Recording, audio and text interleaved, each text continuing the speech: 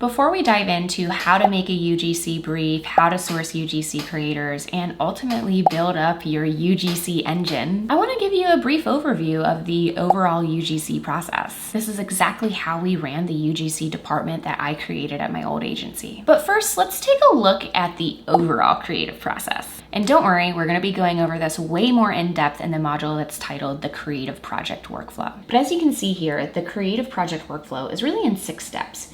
First, we have research, which is going to be run by the growth and creative teams. This is essentially where we're going to conduct all the research that we did in the first module. And then roadmap. So we're going to begin road mapping those creatives and really prioritizing which ones we want to execute on first.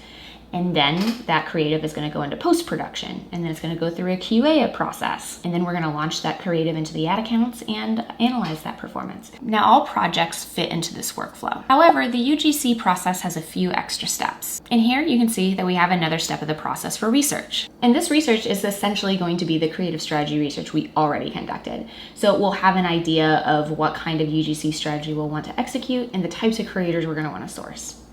And then we're going to develop the creator brief. And yes, I do have a template incoming for you for that. Then we're going to source creators. The 4th step is we're going to be delivering creator selects to the client. Now, this isn't something that we did for every single client, but I can't tell you how many times clients would come to us and say that they wanted to approve the creator that we sourced before actually allowing us to shoot.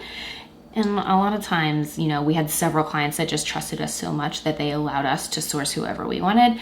But some clients really do want to have more of that control, which honestly tended to hold things up and made it a lot slower process. And then after that, we're going to select the creators. And then on our side, we were coordinating and negotiating the rates with those creators. And then ultimately, this process ended up taking 3 to 5 weeks, depending on the brand.